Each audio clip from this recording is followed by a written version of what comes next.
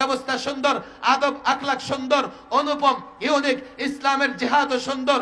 তোমরা নোংরা, তোমাদের যুদ্ধ নোংরা, তোমরা সাম্রাজ্যবাদী, তোমাদের যুদ্ধ জুলুম, অন্যায় অত্যাচার, তোমার যে যুদ্ধ সন্ত্রাস। আল্লাহর কসম, এজন্য যুদ্ধ নয়, আমরা জিহাদ বলে থাকি। ছাত্র সমাজ বুঝবার চেষ্টা করো, এই জাতিকে যৌক্তিক জায়গা থেকে জিহাদ বোঝাতে হবে, না হলে তুমি জিহাদের কথা বলবে, এই জাতির যুবকরা তোমাকে জঙ্গিবাদ বলবে। জাতিকে যদি জিহাদ বুঝাতে না পারো, তুমি জিহাদের কথা বলবে, জাতি তোমাকে উগ্রবাদী বলবে। তুমি জিহাদের কথা বলবে, জাতি তোমাকে সাম্প্রদায়িক কথা বলবে। অথচ পশ্চিমারা জিহাদিস্ট নামে জিহাদের বিরুদ্ধে যে প্রপাগান্ডা চালায়, তারা মূলত প্রত্যেকটা মুসলমানের অন্তর থেকে যুদ্ধের আকাঙ্ক্ষা, জিহাদের আকাঙ্ক্ষাকে দূর করে দিতে চায়। কেন জানো? কেন জানো? তারা যদি তোমাদের ভেতর থেকে জিহাদের তামান্না, জিহাদের আকাঙ্ক্ষা দূর করে দিতে পারে, তারা জানে এই মুসলমান যদি জেগে ওঠে, কেন জানো, এক এক মুসলমানের বাচ্চা অ্যাটম বোমার পাওয়ার রাখে, অ্যাটম বোমার ক্ষমতা রাখে।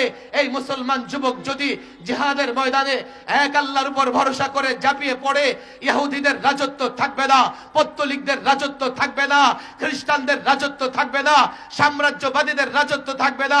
এজন্য তোমাকে দমন করবার জন্য, তোমার ভেতর থেকে জিহাদের জজবা খতম করার জন্য তোমাকে সন্ত্রাস বলে, তোমাকে জঙ্গিবাদ বলে, তোমাকে মৌলবাদ বলে, তোমাকে সাম্প্রদায়িক বলে দমন করতে চায়।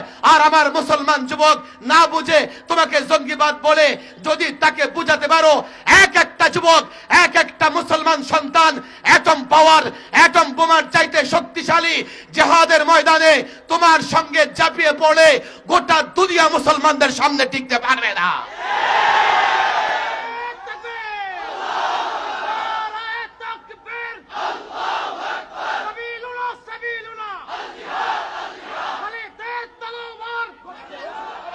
তারা বলবে কি, হুজুর জিহাদের নামে তো অনেক জায়গায় অনেক উল্টাপাল্টা কাজ হচ্ছে। আমি বললাম, জিহাদের নামে যদি কোথাও উল্টাপাল্টা কাজ হয়ে থাকে, যারা উল্টাপাল্টা কাজ করে তারা দায়ী। কথা ঠিক না বেঠিক? তুমি জিহাদ, জিহাদিস্ট, জিহাদের কথা বললে তারা জঙ্গিবাদ কেন বলবা? উদাহরণ চাও, এক্সাম্পল চাও? পৃথিবীতে অনেক রাষ্ট্রপ্রধান গণতন্ত্রের কথা বলে স্বৈর শাসন চালু করেছে।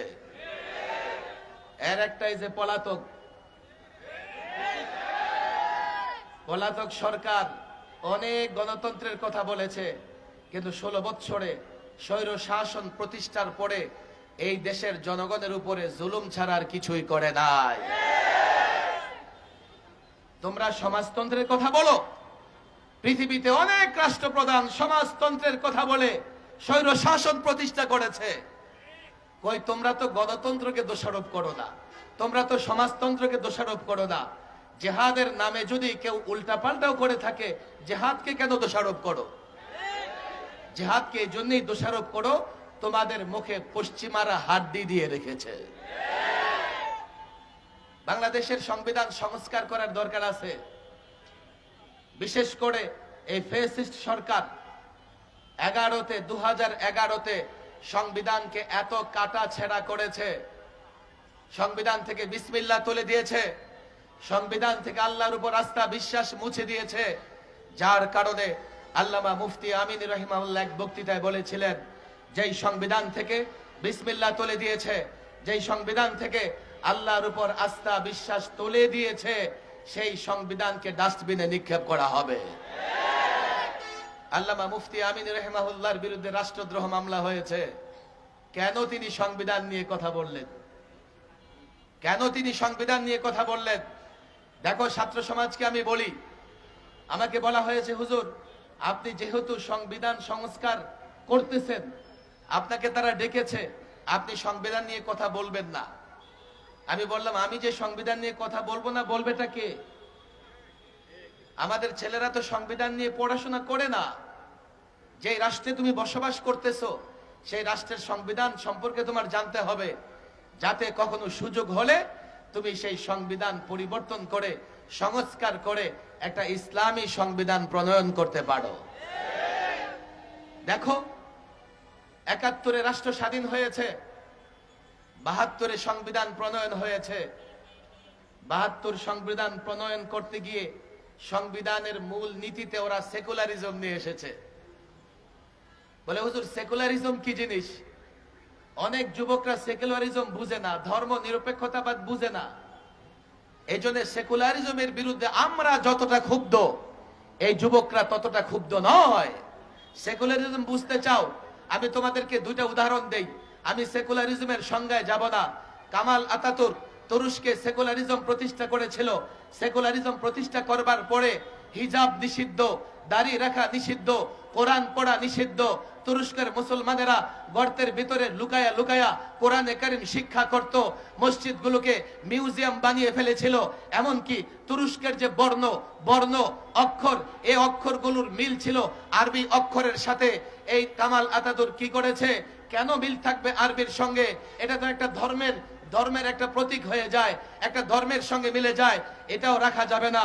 বর্ণ পরিবর্তন করে এমন বর্ণ প্রত্যাবর্তন করেছে যার মিল থাকবে ইংরেজের সঙ্গে। এইভাবে তুরস্কে কামাল আতাতুর্ক সেকুলারিজম প্রতিষ্ঠা করে তুরস্ক থেকে ইসলাম বিদায় করে দিয়েছিল। যদিও এখন মিস্টার এরদোগান এসে, যেই তুরস্কে কোরআন পড়া নিষিদ্ধ ছিল, এখন তুরস্কে রাষ্ট্রীয় অনুষ্ঠান শুরু হয় প্রেসিডেন্টের কোরআন তেলাওয়াতের মাধ্যমে।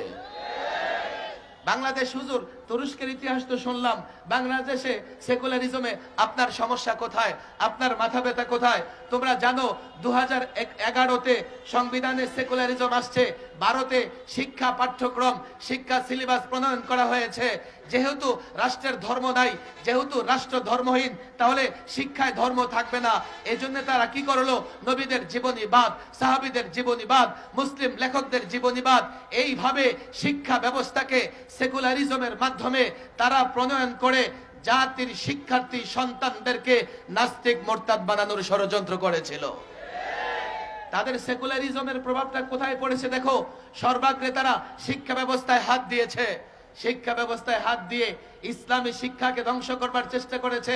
এমনকি আলিয়া মাদ্রাসার বই পুস্তকে নাচ গান, তার প্রচ্ছদে হিজাব ছাড়া নারীর ছবিও তারা স্থাপন করেছে। বাংলাদেশে কি করে সেকুলারিজমের প্রভাব আমাদের উপরে পড়েছে জানো? সর্বশেষ তারা ইসলামী শিক্ষাকে সংকুচিত করেই ডারউইনিজম নিয়ে আসছে। ডারউইনিজম এই জাতির শিক্ষার্থীদেরকে বানরের বাচ্চা বানানোর ষড়যন্ত্র তারা করেছে। আমি বলি দেখো, আমরা আদম সন্তান, আল্লাহ আমাদের সম্মানিত করেছেন। আমরা বানরের সন্তান নই, আমরা বানর থেকে সৃষ্টি নই।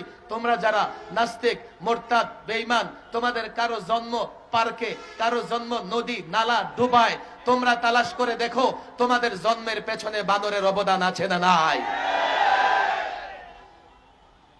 সেকুলারিজম নিয়ে এসছো কেন? বিসমিল্লাহির রহমানির রহিম কেন বাদ দিয়েছো?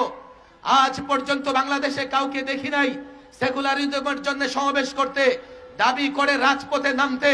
অথচ বিসমিল্লাহ যখন বাদ দেওয়া হয়েছে, আমরা প্রতিবাদ করেছি, দেশের মুসলমান প্রতিবাদ করেছে। আল্লাহর উপর আস্থা বিশ্বাস যখন বাদ দিয়েছে, সমস্ত মানুষ প্রতিবাদ করেছে।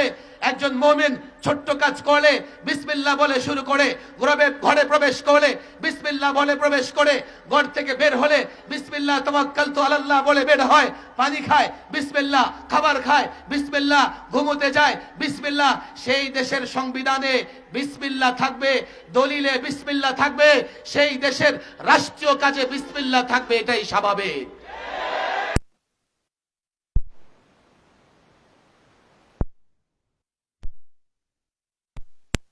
আল্লাহর উপর আস্থা বিশ্বাস রেখেই কাজ করে, কথা ঠিক না বেঠিক?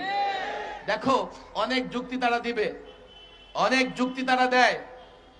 1979-তে পঞ্চম সংশোধনী, পঞ্চমবার এই সংবিধানকে সংশোধন করে এখানে প্রেসিডেন্ট জিয়াউর রহমান বিসমিল্লাহির রহমানির রহিম এবং আল্লাহর উপর পূর্ণ আস্থা বিশ্বাস, এই মূল নীতি সংযুক্ত করেছেন। আর 11, এর মানে 32টা বছর আমার দেশের সংবিধানে বিসমিল্লাহির রহমানির রহিম ছিল।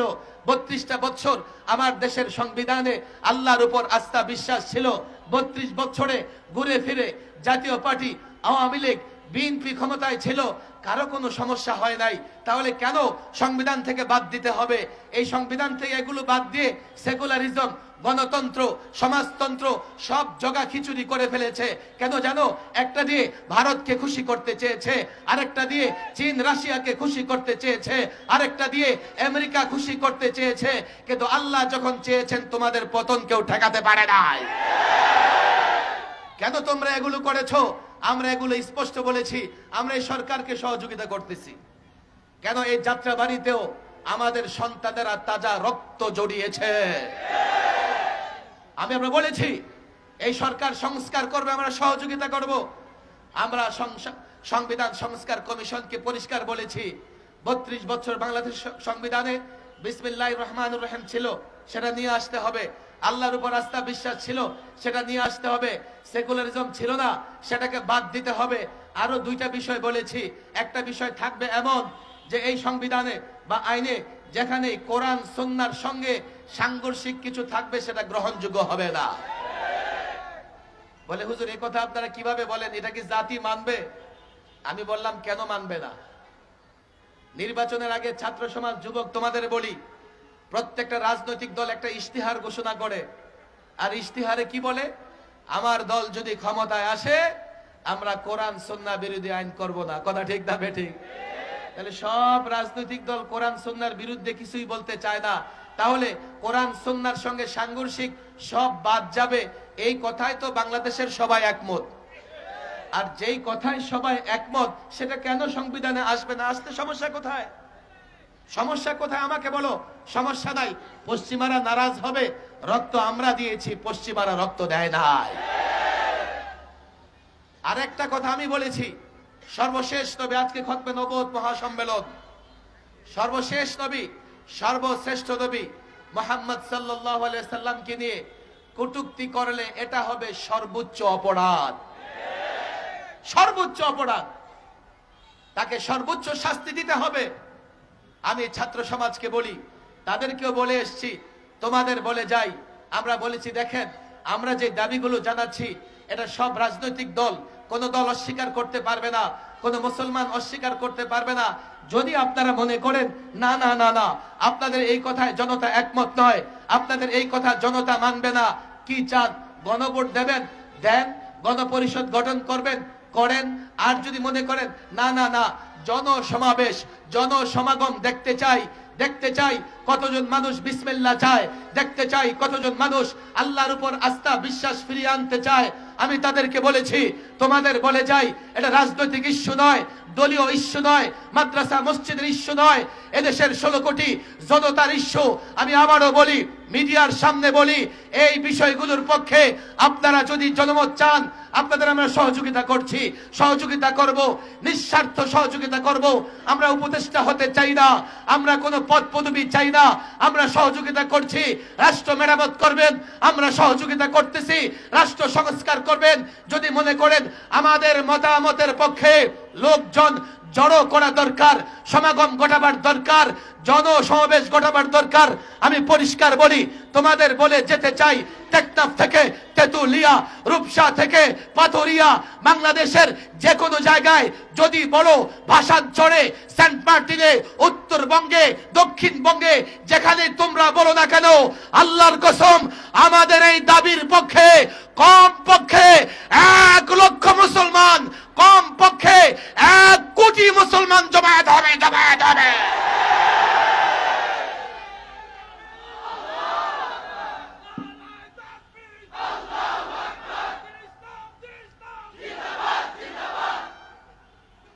আমাদের এতাতি ভাইদের আমি বলি, শোনো, তোমরা তো শুধুমাত্র দাওয়াত ও তাবলীগের কাজের সঙ্গে জড়িত। আমাদের ছাত্র ভাইয়েরা রক্ত দিয়েছে, দেশের পাহারাদারি করতেছে, আলেম ওলামারা সকল ফিতনার মোকাবেলা করতেছে। তোমরা আলেম ওলামাদের বিরুদ্ধে যেও না, আলেম ওলামাদের অনুসরণ করো, আলেম ওলামাদের সাথে থাকো। তারা বলবে কি হুজুর, না না আমাদের সঙ্গে আলেম ওলামা আছে। আয়াত তোমরা শুনেছো, আতিউল্লাহ ওয়া আতিউর রাসূল ওয়া উলিল আমরি মিনকুম। আল্লাহর দাসত্ব গোলামি করো, রাসূলুল্লাহর অনুসরণ করো। আর উলুল আমর, আব্দুল্লাহ ইবনে আব্বাস সহ অনেক মুফাসসির বলেছেন এর দ্বারা উদ্দেশ্য ওলামা ফোকাহা। আল্লাহ বলেছেন ওলামা ফোকাহাদের অনুসরণ করো। আর তোমরা বলো আমাদের সঙ্গে আলেম আছে। আরে আলেমের যদি অনুসরণ করো, আলেমের মেমোরি কার্ডে কোরআন আছে, সুন্নাহ আছে, তোমরা আলেমের অনুসরণ করলে আলেমের সঙ্গে তোমরাও সিরাতে মুস্তাকিমে থাকবে। তোমাদের মাথায় কি আছে যে আলেম তোমাদের সঙ্গে আছে, নিজেও ভ্রষ্ট তোমরাও ভ্রষ্ট। পরিষ্কার বলি, তোমাদের সঙ্গে মারামারি করার সুযোগই তো আমাদের নাই, সময়ই তো নাই। আমরা এই দেশের মানুষের ঈমান হেফাজতের জন্য কাজ করতেছি। তোমাদের কাছে আমাদের দাবি, তোমরা আলেমদের সঙ্গে থাকো, তাহলে দাওয়াত ও তাবলীগের মেহনত সঠিকভাবে চলবে। আলেমদের ছাড়া বলে আমরা তো মানি দিল্লির এক মাওলানা সাদ সাহেবকে মানি। আরে দিল্লির সাদ সাহেবকে যদি আলেম হিসেবে মানো, তো বাংলাদেশের লাখো আলেমকে মানতে তোমাদের সমস্যা কোথায়? যদি বলো না বিচার চাই, বিচার মানবো, বিচার চাই, আমরা জবরদস্তি করতে চাই না, তাহলে কাকরেলের মাদ্রাসার মুরব্বী জুবায়ের সাহেব, মাদ্রাসার মোতাওয়াল্লি জুবায়ের সাহেব, প্রতিষ্ঠানের মোতাওয়াল্লি যিনি, তার কথাই তো গ্রহণযোগ্য হয়, তোমরা তার কথা কেন মানছো না? যদি বলো যে তার উপর আস্থা বিশ্বাস নাই, তাহলে এখানে আসো, কাকরাইলে ফয়সাল, আমিরে ফয়সাল যে শুরায় পরিচালিত হয়, সেখানে 6 ব্যক্তি ফয়সালা দিয়ে থাকেন। যদিও 6 ব্যক্তি, এখন 5 ব্যক্তি আছে। 3 দিন আগে একজনের ইন্তেকাল হয়ে গেছে, নাসিম সাহেব, এতাতিদের লিডার, আল্লাহ তাকে মাফ করে দেন। এখন আছে মাত্র ওয়াসিফ সাহেব, আর তার এগেনিস্টে 4 জন। তো যেদিকে 4 জন ফয়সালা, তো সেদিকেই হবে। ফয়সালা তোমাদের একজনের পক্ষে কেন হবে?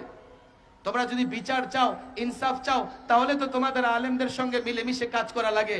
কিন্তু যদি মনে করো না না না বিচার মানি, তবে তালগাছটা আমার, এটা তো আমরা মানতে পারবো না, এটা ওলামা একরাম মানবে না। আমার ভয় হয়, আমি সোরার দিতেও বলেছি, এইভাবে যদি তোমরা আলেমদের বাইরে চলতে থাকো, আলাদা মসজিদ বানাও, আলাদা মাদ্রাসা বানাও, একটা সময় আলেমরা যখন ফতুয়া দিয়ে দিবে তাদের মাদ্রাসায় যাওয়া যাবে না, তাদের মসজিদে যাওয়া যাবে না, তো কাদিয়ানি যেভাবে মুসলমান থেকে বিচ্ছিন্ন হয়ে গেছে, তোমরাও সেইভাবে বিচ্ছিন্ন হয়ে যাবে। তোমরা আমাদের ভাই, তোমাদের হাতে পায়ে দড়ি। দাওয়াত ও তাবলীগের কাজ এটা ইসলামের কাজ। ইসলাম বুঝে ওলামা একরামের সঙ্গে থাকো, তাদের সঙ্গে থেকে দাওয়াত ও তাবলীগের কাজ করো। আমি মনে করি এই ফিতনা দূর হয়ে যাবে। পারলে তোমাদের লিডারকে বলে দাও, সাদ সাহেব আপনি চাইলে এক মুহূর্তে এই সমস্যার সমাধান দিতে পারেন। মৌলভী সাদ সাহেব যদি এতটুকু বলে, আমার ইমারত দরকার নাই, আমি আলমী শোরা পৃথিবীর আলেমদের হাতে এই দায়িত্ব দিলাম, ওনারা যাকে খুশি আমির বানাক, ওনারা মজলিসে শুরা করে চালাক, আমি তো মনে করি এই ঘোষণা দেওয়ার সঙ্গে সঙ্গে এই তাবলীগের কাজে কোন রকমের গন্ডগোল আর থাকবে না। বলে গেলাম, যদি কোনো এতাতি ভাই থাকো, তোমাদের কাছে হাত জোর করে বলে যাই, ওলামাদের বিরোধিতা করো না। ছাত্র সমাজকে বলি, দেখো এখন জাতি তোমাদের কাছে বড় ভরসা রাখে, তোমরা জাতিকে নেতৃত্ব দেওয়ার মতো যোগ্যতা অর্জন করো। সংবিধান প্রণয়ন থেকে শুরু করে প্রত্যেকটা আইন কিভাবে জাতির কল্যাণে প্রণয়ন করা যাবে, সেই ফিকিরও তোমরা করো। জাতির যুবকদের কাছে ইসলামের সৌন্দর্য তুলে ধরো, তাহলে জাতির যুবকরা তোমাদের সঙ্গে থাকলে তোমরা সহজেই দেশ এবং রাষ্ট্রের নেতৃত্ব দিতে পারবে। আল্লাহ তাবারক ওয়া তাআলা এই মজমায়ে খতমে নবুয়ত সম্মেলনকে কবুল আর মঞ্জুর করে নিন। ওয়া মা তাওফীকি ইল্লা বিল্লাহ ওয়া মা আলাইনা ইল্লাল বালাগ।